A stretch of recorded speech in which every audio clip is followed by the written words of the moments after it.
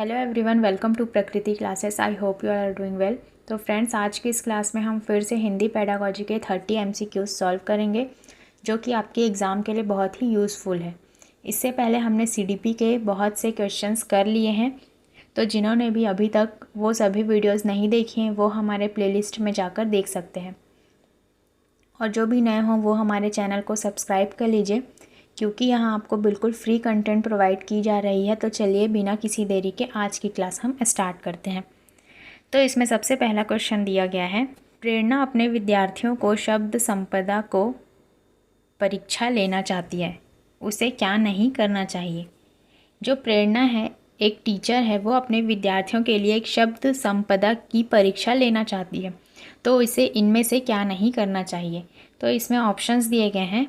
पहला ऑप्शन है बिना किसी संदर्भ के शब्दों के अर्थ पूछना, वाक्य में किसी शब्द को रेखांकित कर उसका समानार्थी पूछना, या वाक्य में किसी शब्द को रेखांकित कर उसका विलोमार्थी पूछना, या अनुच्छेद से कुछ शब्द देकर संदर्भ में उनके अर्थ खोजना।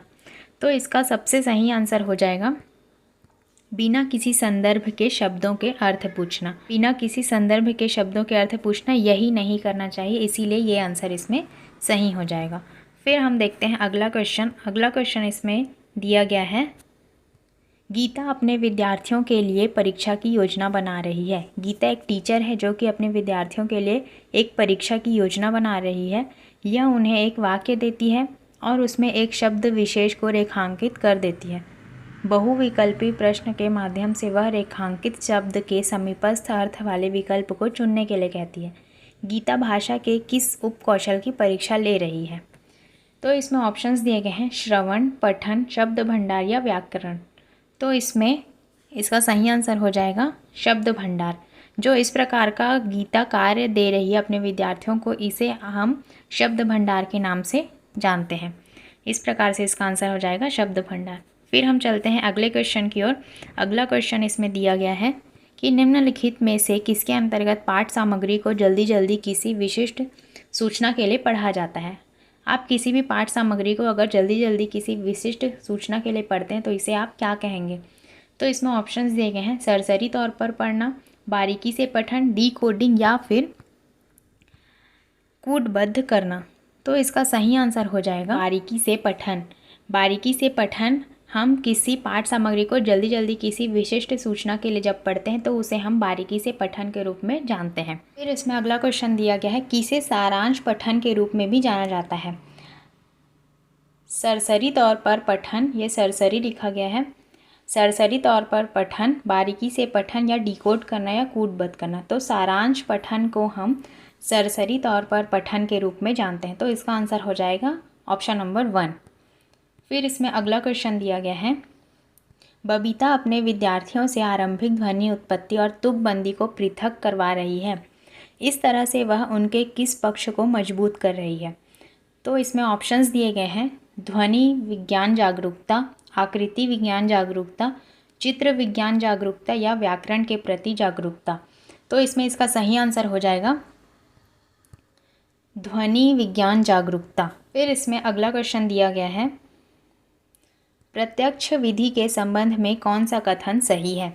इसमें आपको कौन सा कथन सही है ये बताना है। तो इसमें ऑप्शंस दिए गए हैं, प्रत्यक्ष विधि का उद्देश्य विद्यार्थियों को देने की स्थिति में भाषा प्रयोग करने में मदद करना नहीं है। प्रत्यक्ष विधि का उद्देश्य विद्यार्थियों को केवल कक्षा में भाषा उपयोग के लिए मदद देना है। प्रत्यक्ष विधि का उद्देश्य विद्यार्थियों को दैनिक स्थितियों में भाषा प्रयोग में मदद करना है। या फिर प्रत्यक्ष विधि का उद्देश्य विद्यार्थियों को पाठ सामग्री का अनुवाद करके भाषा, व्याकरण व शब्द भंडार के प्रयोग में मदद करना है। तो इसमें इसका सही आंसर हो जाएगा ऑप्शन नंबर 3, प्रत्यक्ष विधि का उद्देश्य विद्यार्थियों को दैनिक स्थितियों में भाषा प्रयोग में मदद करना है।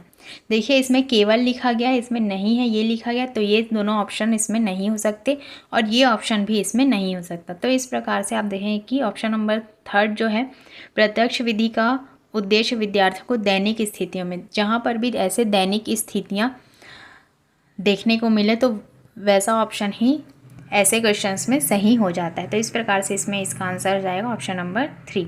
फिर हम देखते हैं अगला क्वेश्चन। अगला क्वेश्चन इसमें दिया गया है, संगीता अपनी कक्षा में उन स्थितियों पर आधारित वास्तविक गतिविधियां करवाती है जो विद्यार्थियों के जीवन अनुभव से संबंधित है। वह किस शिक्षण विधि का अनुसरण कर रही है? ऑप्शंस इसमें दिए गए हैं, अन्य भाषिक विधि, व्याकरण अनुवाद विधि, संप्रेषणात्मक भाषा शिक्षण या संरचनात्मक मौखिक उपागम। तो इसमें इसका आंसर हो जाएगा संप्रेषणात्मक भाषा शिक्षण, जो उनके जीवन अनुभव दैनिक गतिविधियां करवाती है, अनुभवों से जो जुड़ी हुई होती हैं, तो उसे हम कहते हैं संप्रेषणात्मक भाषा शिक्षण। फिर इसमें अगला क्वेश्चन दिया गया है, एक सामाजिक बोली क्या है? देश या राज्य की मुख्य भाषा की उपभाषा, क्षेत्र और समाज की लिपि सहित भाषा, क्षेत्र की लिखित भाषा एवं साहित्य की विशेषताएं या भाषा के भीतर समुदाय अथवा वाक की विशेषताएं। तो इसमें इसका सही आंसर हो जाएगा भाषा के भीतर समुदाय अथवा समूह की वाक विशेषताएं। ये होती है एक सामाजिक बोली। फिर इसमें अगला क्वेश्चन दिया गया है, भाषा की कक्षा में साहित्य का समग्र उद्देश्य क्या है? शब्द संपदा तथा व्याकरण को समृद्ध करना, शब्दों को डिकोड करने का कौशल विकसित करना, सस्वर पाठन को युक्ति के रूप में समुन्नत करना या फिर ज्ञान रचनात्मकता तथा समालोचनात्मक चिंतन को विकसित करना। तो आप देखेंगे, एक चीज़ आप नोटिस करना कि जहाँ पर भी समालोचनात्मक चिंतन जैसी चीज़ें आपको देखने को मिले या रचनात्मकता या समालोचनात्मकता, तो ऐसे ऑप्शंस ही इसमें सही हो जाते हैं। तो इस प्रकार से इसका आंसर हो जाएगा ऑप्शन नंबर 4। ऑप्शन नंबर 4 इसका सही आंसर हो जाएगा। फिर इसमें अगला क्वेश्चन दिया गया है, निम्नलिखित में से कौन सा अध्ययन कौशल है?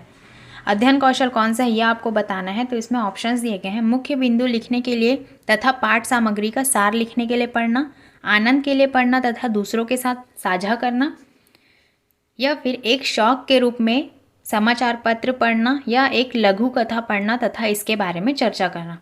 तो इसमें सही आंसर इसका हो जाएगा मुख्य बिंदु लिखने के लिए तथा पाठ सामग्री का सार लिखने के लिए पढ़ना ही अध्ययन कौशल कहलाता है।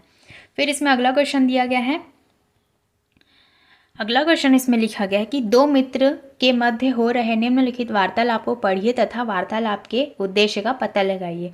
इसमें दो मित्र हैं जो आपस में वार्तालाप कर रहे हैं, वो किस उद्देश्य से वार्तालाप कर रहे हैं उसे आपको इस क्वेश्चन के द्वारा बताना है। तो इसमें जो वार्तालाप कर रहे हैं उसे हम पढ़ते हैं। राहुल कह रहे हैं कि नमस्ते, मैं राहुल हूँ, आप कैसे हैं?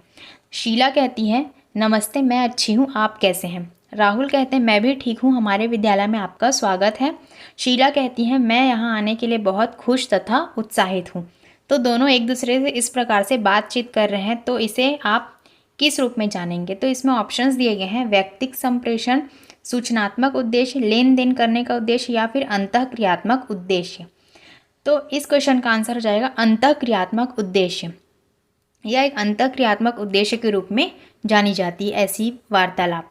अब इसमें अगला क्वेश्चन दिया गया है, निवेश के ग्राह्य बनने की संभावना कब होती है? यदि इफेक्टिव फिल्टर कम है, दृष्टिकोण सकारात्मक और प्रेरणा सबल है।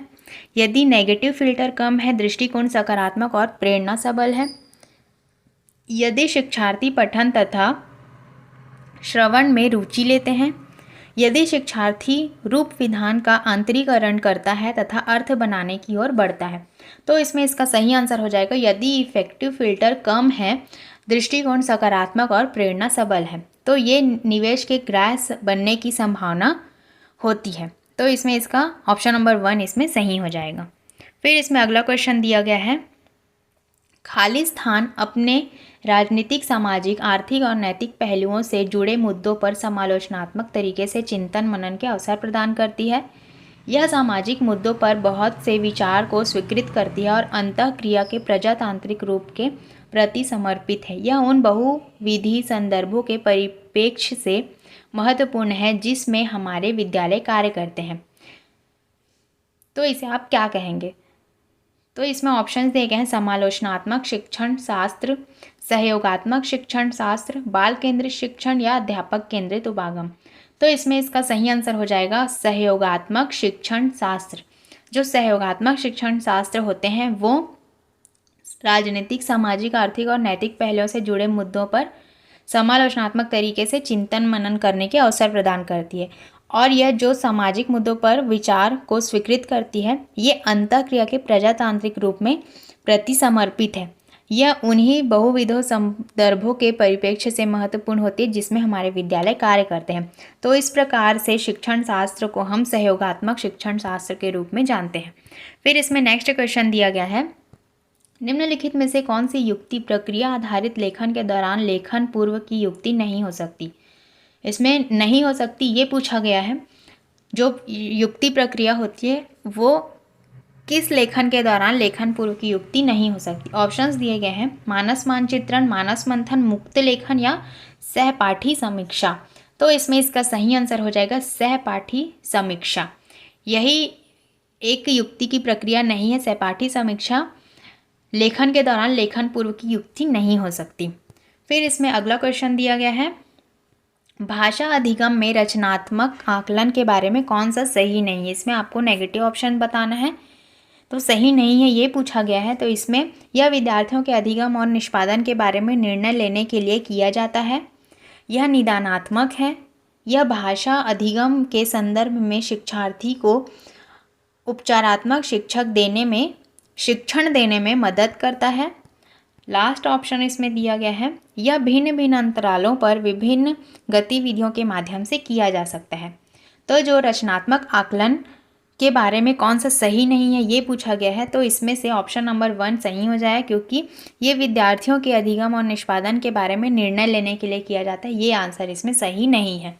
इस प्रकार से इसमें इसका आंसर हो जाएगा ऑप्शन नंबर 1।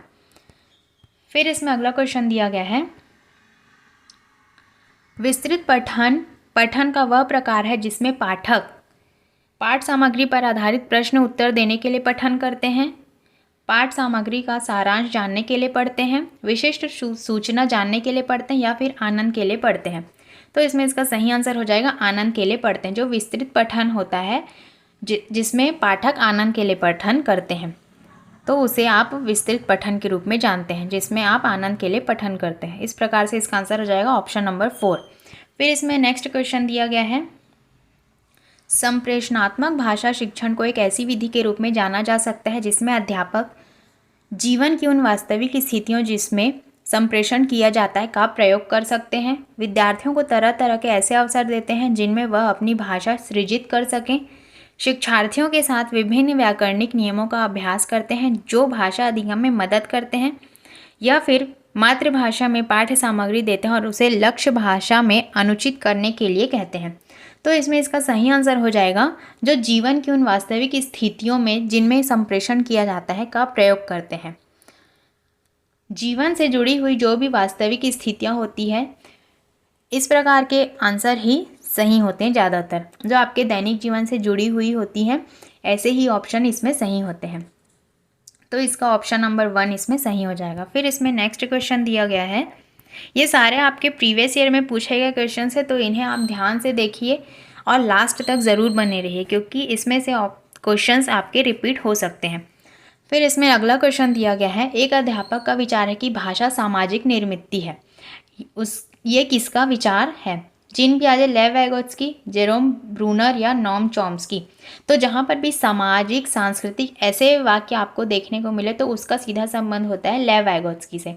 लेव वाइगोत्स्की ने सामाजिक सांस्कृतिक सिद्धांत दिया था, इसीलिए जहाँ पर भी सामाजिक देखने को मिले या सांस्कृतिक देखने को मिले उसका संबंध सीधा लेव वाइगोत्स्की से होता है। तो इस प्रकार से इसका आंसर हो जाएगा लेव वाइगोत्स्की। फिर इसमें नेक्स्ट क्वेश्चन दिया गया है, निम्नलिखित में से कौन सा कथन एक युक्ति के रूप में बहुभाषावाद के बारे में सही नहीं है? इसमें ऑप्शंस दिए गए हैं, कक्षा की भाषिक विभिन्नताओं का सम्मान किया जाना चाहिए, अध्यापक को शिक्षार्थियों की विभिन्न भाषाओं का प्रयोग करना चाहिए, विद्यालय में बहुत सी भाषाएं पढ़ाई जानी चाहिए, या शिक्षार्थियों को विभिन्न भाषाओं को भाषा शिक्षण के संसाधन के रूप में प्रयुक्त करना चाहिए। इसमें सही नहीं है ये पूछा गया है, आपको नेगेटिव ऑप्शन इसमें ढूंढना है। तो इसका सही आंसर हो जाएगा विद्यालय में बहुत सी भाषाएं पढ़ाई जानी चाहिए। तो ये बहुभाषावाद के बारे में सही नहीं है। फिर इसमें नेक्स्ट क्वेश्चन दिया गया है, शिक्षार्थी जिस शब्द भंडार को जानती है अक्सर उसका प्रयोग नहीं करती, उसे क्या कहेंगे? सक्रिय शब्द भंडार, बुनियादी शब्द भंडार, या निष्क्रिय शब्द भंडार, या वाक शब्द भंडार। तो इसमें इसका सही आंसर हो जाएगा निष्क्रिय शब्द भंडार। फिर इसमें अगला क्वेश्चन दिया गया है, भाषा कौशल के बारे में कौन सा सही है? वाचन और लेखन उत्पादक भाषा कौशल है, पठन और श्रवण उत्पादक भाषा कौशल है, वाचन ग्राह्यशील लेकिन श्रवण उत्पादक भाषा कौशल है, या पठन उत्पादक है लेकिन ग्राह्यशील भाषा कौशल है। तो इसमें इसका सही आंसर हो जाएगा वाचन और लेखन उत्पादक भाषा कौशल है। फिर इसमें अगला क्वेश्चन दिया गया है, बोली और स्वर शैली के बारे में कथन पढ़ें और सही विकल्प चुनें। बोली प्रयोग की जा रही वास्तविक भाषा से संबंधित है, जबकि स्वर शैली लहजा भाषा बोले जाने के तरीके से संबंधित है। ऑप्शन बी में लिखा गया है कि बोली बोलचाल के शब्द और वाक्यांशों से संबंधित है, जो अक्सर पहचान को परिलक्षित करती है, और स्वर शैली तकनीकी शब्द संपदा से संबंधित है, जिसके माध्यम से लोग अनुभव, घटनाएं और प्रसंग विशेष की अवधारणा को अभिव्यक्त कर सकते हैं। इसमें से आपको बताना है कि कौन सा सही है, कौन सा गलत है। तो इसमें ऑप्शन नंबर 2 सही हो जाएगा, क्योंकि जो बी है वो सही है और ए गलत है। फिर इसमें अगला क्वेश्चन दिया गया है, पियाजे के अनुसार भाषा अर्जन के आरंभिक चरणों में बच्चे किस ठोस वस्तु को बताने के लिए कुछ संकेत जैसे हाव भाव आदि अभ्यंजित करने लगते हैं? इसे किस रूप में जाना जाएगा? स्थानिक जागरूकता, प्रतीकात्मक विचार, मानसिक मानचित्र, या वस्तु स्थायित्व। तो इसका सही आंसर हो जाएगा प्रतीकात्मक विचार। फिर इसमें अगला क्वेश्चन दिया गया है, एक लेखन कार्य के दौरान अध्यापक विद्यार्थियों को 2-2 के समूह में बैठाकर उन्हें निर्देश देता है कि एक दूसरे के लेखन कार्य पर रचनात्मक प्रतिपुष्टि दें और प्रारूप में सुधार करने के लिए भी मदद करे। इस तकनीक को क्या कहा जाता है? एक अध्यापक एक एक्टिविटी करा रहा है, तो इस एक्टिविटी को आप किस रूप में जानेंगे?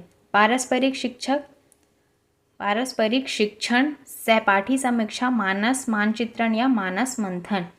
तो इसमें इसका सही आंसर हो जाएगा सहपाठी समीक्षा, क्योंकि ये समूह में कार्य किया जा रहा है, इसीलिए इसे सहपाठी समीक्षा के रूप में जानेंगे। फिर इसमें नेक्स्ट क्वेश्चन दिया गया है, 2-2 के जोड़े में कम से कम की जा रही ड्रिल किसके सुधार की प्रभावशाली युक्ति हो सकती है? व्याकरण, शब्द भंडार, उच्चारण, या पठन बोध। तो इसमें इसका सही आंसर हो जाएगा उच्चारण। फिर इसमें नेक्स्ट क्वेश्चन दिया गया है, बच्चे अपने से कुछ बड़े बच्चों या वयस्कों के साथ सहयोगात्मक संवाद कर रहे हैं। वह इन संवादों की भाषा पकड़ लेते हैं, अपनी वाक या वाचन को वचन का हिस्सा बनाते हैं और अपने स्वतंत्र प्रयासों में इनका प्रयोग करते हैं। तो इन्हें क्या कहा जाएगा? मेक बिलीव खेल, भाषा अर्जन उपकरण, सेंट्रेशन, या निकटस्थ विकास का क्षेत्र। तो इसका आंसर हो जाएगा निकटस्थ विकास का क्षेत्र। फिर इसमें नेक्स्ट क्वेश्चन दिया गया है, एक ऐसी स्थिति जिसमें एकल भाषी समुदाय द्वारा किसी एक भाषा को 2 बोलियों का प्रयोग किया जाता हो, किस रूप में ये जानी जाएगी? लहजा, उच्चारण शैली, प्रयुक्ति, द्विभाषिकता, या व्यक्ति विशेष द्वारा बोले जाने के तरीके। तो इसमें इसका सही आंसर हो जाएगा द्विभाषिकता। जो द्विभाषिकता होती है, 2 बोलियों का इसमें प्रयोग किया जाता है, इसीलिए इसे द्विभाषिकता के रूप में जाना जाता है। फिर इसमें नेक्स्ट क्वेश्चन दिया गया है, नीचे दिए गए कथन को पढ़िए और सही विकल्प चुनिए। इसमें से आपको सही और गलत को बताना है। तो इसमें ऑप्शंस दिए गए हैं, भाषा दूसरों को प्रभावित करने का सबसे सशक्त उपकरण है। इसका रीज़न दिया गया है तर्क, कि भाषा का प्रयोग जनता का सहयोग लेने के लिए एक अस्त्र के रूप में किया जाता है। तो इस ऑप्शन से आपको बताना है कि इसमें से सही कौन सा है। तो इसमें इसका सही आंसर हो जाएगा ए और आर दोनों सही है, और आर ए की सही व्याख्या है। तो दोनों ऑप्शन इसमें सही हैं और आर जो है वो ए की सही व्याख्या करता है। फिर इसमें अगला क्वेश्चन दिया गया है, भाषा में उत्पादक कौशल कौन सा है? बोलने और लिखने के कौशल, बोलने और सुनने के कौशल, पठन और लेखन कौशल, या पठन और बोलने के कौशल। आप सभी को पता होगा कि भाषा के 4 कौशल होते हैं, सुनना, बोलना, पढ़ना और लिखना। तो इसमें से आपको उत्पादक कौशल पूछा गया है, तो उत्पादक कौशल होते हैं और सुनने के कौशल। तो इसमें ऑप्शन नंबर 2 इसमें सही हो जाएगा। फिर इसमें लास्ट क्वेश्चन पूछा गया है, लास्ट क्वेश्चन दिया गया है कि भाषा सीख रहे बच्चों के लिए भाषा विषयक निवेश की व्याख्या करने वाली शब्दावली कौन सी है। ऑप्शंस दिए गए हैं, शिशु के प्रति माँ की दुलार की भाषा, जिसे आप मदरिस के रूप में भी जानते हैं। दूसरा ऑप्शन दिया गया है शिशु निर्देशित वाचन, बालक निर्देशित वाचन या बालक की भाषा। तो इसमें सही आंसर इसका हो जाएगा शिशु निर्देशित वाचन। इस प्रकार की भाषा को हम शिशु निर्देशित वाचन के रूप में जानते हैं। तो आप देखेंगे कि आज भी हमने 30 MCQ सॉल्व किए, जो कि आपके एग्ज़ाम के पॉइंट ऑफ व्यू से बहुत ही यूज़फुल है। तो अगर ये वीडियो आपको अच्छी लगी तो वीडियो को लाइक एंड शेयर कीजिए, और जो भी नए हो वो हमारे चैनल को सब्सक्राइब कर लीजिए, क्योंकि ऐसे ही आपको यहाँ डेली MCQs मिलती रहेंगे। तो चैनल से जुड़े रहिए और अपने दोस्तों में भी शेयर कीजिए। मिलते हैं ऐसे ही नेक्स्ट वीडियो में, तब तक के लिए thank you and take care.